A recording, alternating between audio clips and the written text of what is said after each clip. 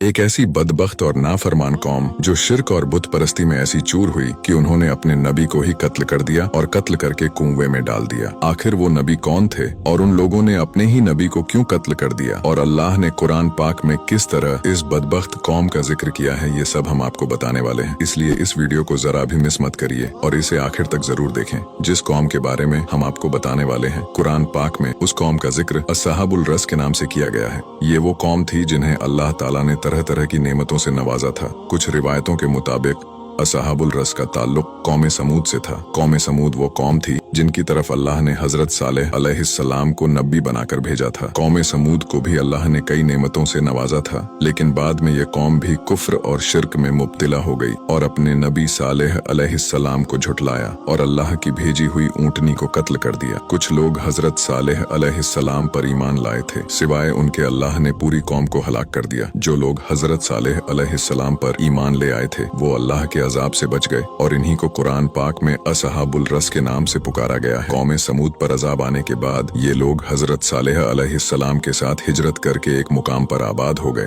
वहाँ एक कुआं था जहाँ इन लोगों ने अपनी जिंदगी गुजारनी शुरू कर दी। इसी मुकाम पर हजरत सालेह अलैहिस्सलाम की वफात हुई और उनकी मौत के बाद ये लोग गुमराही में मुब्तिला हो गए। उनका एक सरदार था जो बहुत ही नेक दिल और अच्छा इंसान था। ये सभी लोग उसकी बहुत ही इज्जत और एहतराम किया करते थे। जब उनके सरदार की वफात हुई तो ये लोग गमगीन हो गए और शैतान इब्लीस को उन्हें गुमराह करने का काफी अच्छा मौका मिल गया और उसने एक चाल चली और उन लोगों से कहा कि अगर तुम लोग चाहते हो कि तुम्हें तुम्हारे सरदार की कमी महसूस न हो और उसके मरने के बाद भी उसकी बरकतें तुम लोगों पर नाजिल होती रहे, तो तुम अपने सरदार का एक बुत बनाओ और उसे अपने पास रखो ताकि तुम्हें अपने सरदार की कमी भी महसूस न हो और उसकी बरकतें भी तुम लोगों को मिलती रहे। लिहाजा इस कौम ने शैतान के वसवसे पर अमल किया और अपने सरदार का एक बुत बना लिया और उसकी लाश को उस बुत के पीछे रख दिया। इसके बाद वो लोग बुत परस्ती और शिर्क में मुब्तिला में हो गए और अपने सरदार के बुत की पूजा करने लगे और इस तरह ये अल्लाह और उसके सच्चे दीन को छोड़कर शिर्क और बुत परस्ती में पूरी तरह मशगूल हो गए। जब ये लोग कुफ्र और शिर्क में पूरी तरह अंधे हो गए तो इन लोगों की हिदायत के लिए अल्लाह ने अपने नबी को भेजा जिनका नाम हंज़ला बिन सुफ़ान अलैहिस्सलाम था। चुनांचा हंज़ला अलैहिस्सलाम ने उन लोगों को कुफ्र और शिर्क से रोका और उन्हें एक अल्लाह की तरफ आने की दावत दी, लेकिन ये लोग अपने कुफ्र और शिर्क से बाज न आए और इसी तरह वो अपने सरदार के बुत की पूजा करते रहे। हजरत हंज़ला अलैहिस्सलाम बार बार उन लोगों को दावते हक की तरफ बुलाते और एक अल्लाह की इबादत करने का कहते। आपके बार बार दावत देने के बाद भी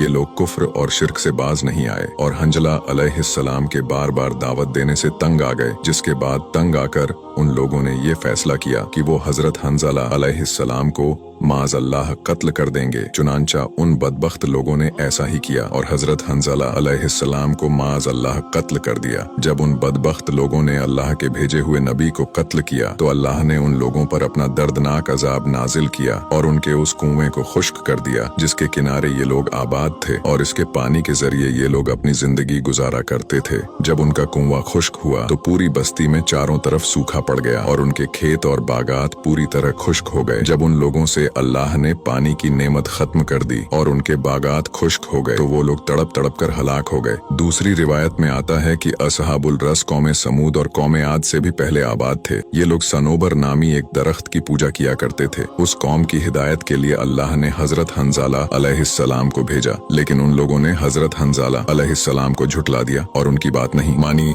और तंग आकर उन्होंने हजरत हंज़ला अलैहिस्सलाम को कत्ल कर दिया, जिसके बाद अल्लाह रब्बुल इज्जत ने उस कौम को हलाक कर दिया। हजरत अल्लामा बिन असाका रहमतुल्लाह अलैह फरमाते हैं कि अस्हाबुल रस जहाँ पर आबाद थे उस इलाके के दरमियान एक बहुत बड़ा कुआं था। जब हजरत हंज़ला ने उस कौम को दावते हक की तरफ बुलाया तो उस कौम के लोगों ने हजरत हंज़ला को पकड़कर उस कुएं में डाल दिया और उस कुएं के ऊपर एक बड़ा सा पत्थर रख दिया, जिस वजह से हजरत हंज़ला अलैहिस्सलाम अंदर ही शहीद हो गए। इसके बाद अल्लाह का अजाब नाजिल हुआ और वो कौम सूखे के कारण तड़प तड़प कर हलाक हो गई। अस्हाबुल रस का जिक्र अल्लाह रब्बुल इज्जत ने कुरान पाक में 2 मुकामात पर किया है। अल्लाह ताला सूरह फुरकान में इरशाद फरमाता है कि और आद और समूद और अस्हाबुल रस को और उनके बीच बहुत सी जमातों को भी हलाक कर दिया और सबको समझाने के लिए हमने मिसालें बयान की और न मानने पर सबको तहस नहस कर दिया। वही सूरह काफ में अल्लाह ताला फरमाता है कि उनसे पहले कौम नूह, आद, अस्हाबुल रस,